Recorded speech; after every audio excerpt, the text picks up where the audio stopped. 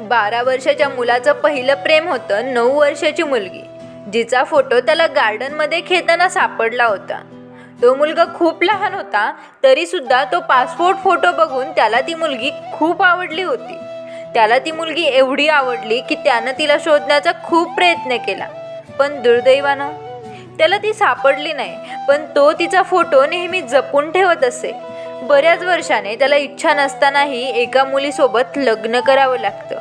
त्यानंतर काही दिवसातच त्याच्या बायकोला तो फोटो कपाटात सापडतो. ती त्याला विचारते, हा फोटो तुम्हाला कुठे सापडला?